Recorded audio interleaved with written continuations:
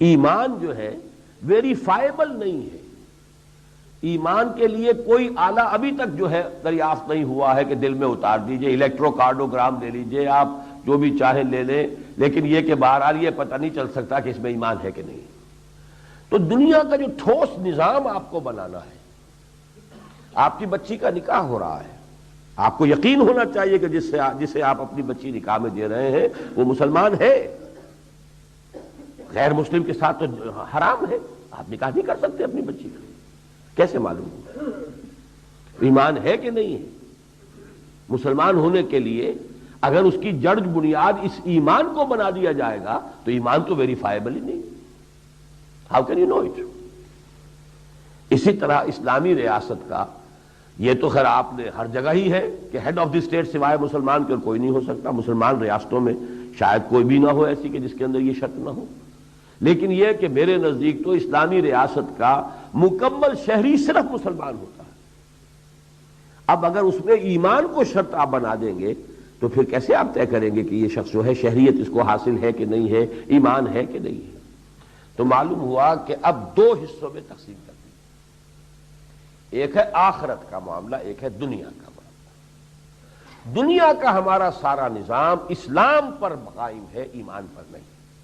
قانونی حقیقت کا رنگ تو اس میں تبھی پیدا ہوگا جب ایمان بھی ہو، لیکن قانون قانون ہے.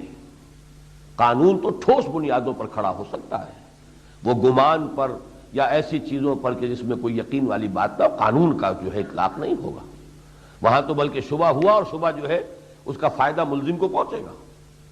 لہذا یہاں آپ کو کچھ ٹھوس بنیادیں قائم کرنی پڑیں گی کہ مسلمان معاشرے کا رکن کون ہے، مسلمان کون ہے.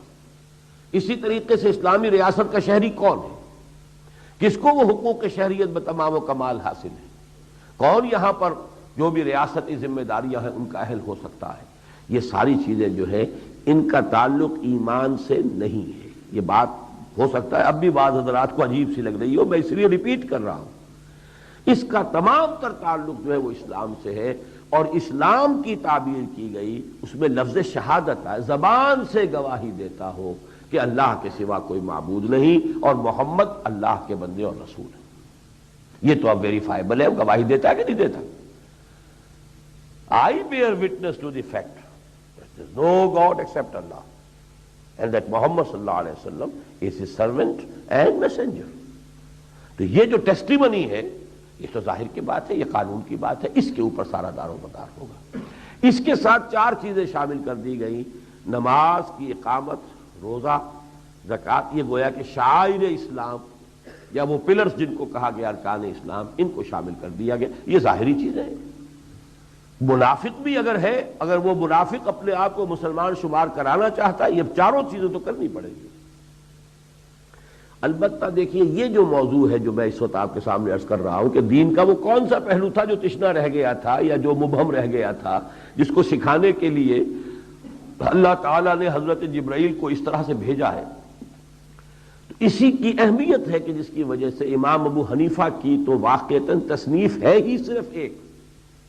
باقی سارے فتاوی جو ہیں ان کے، یہ ان کی کوئی کتاب نہیں ہے، کوئی مرتب کتاب نہیں ہے.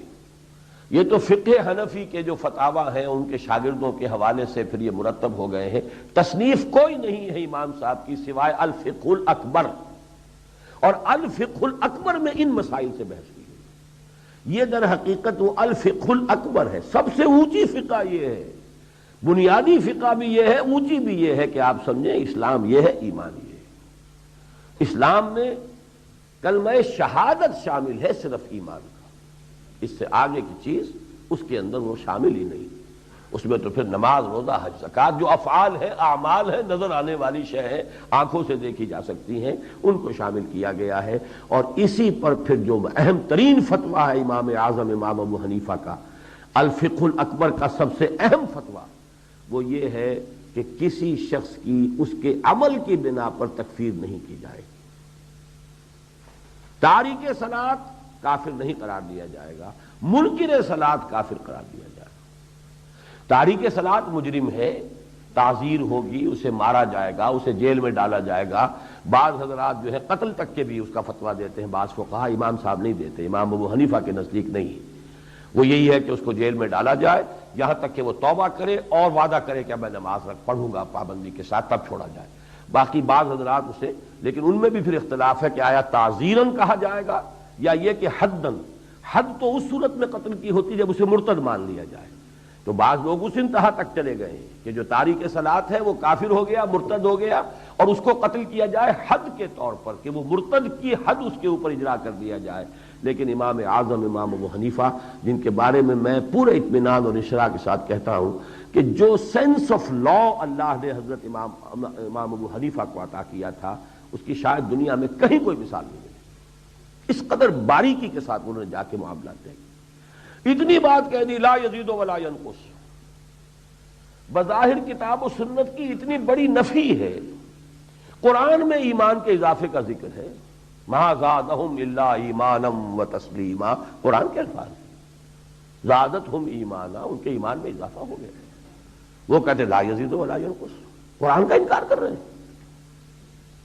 نہیں، در حقیقت وہ اس کا قانونی پہلو ہے۔ اسلام کا جو سٹیٹس ہے دنیا میں کہ وہ مسلمان ہے، وہ نہ گھٹتا ہے نہ بڑھتا ہے، سٹیٹس اسٹیشنری۔ اس کے جو دستوری اور قانونی حقوق ہیں وہ بالکل برابر رہیں گے، نہ کم ہوں گے نہ بڑھیں گے۔ یہ نہیں ہے کہ ایک فاسق و فاجر مسلمان کے جو قانونی اور دستوری حقوق ہیں وہ کم ہیں، اور ایک متقی اور بڑے پابند صوم و صلاۃ مسلمان کے قانونی اور دستوری حقوق زیادہ ہیں۔ لا یزید ولا ینقص، اس معنی میں ایمان نہ بڑھتا ہے نہ گھٹتا ہے، وہ تو ایک جگہ پر کھڑا ہے، بلکہ وہاں تو یہی ہوگا یا ہے تو پورا ہے، آل اور نن لا، یہ ہمارے ہاں فزیولوجی کا ایک قانون ہے، آل اور نن لا۔ کوئی شے ہوگی تو پوری ہوگی، نہیں ہوگی تو زیرو۔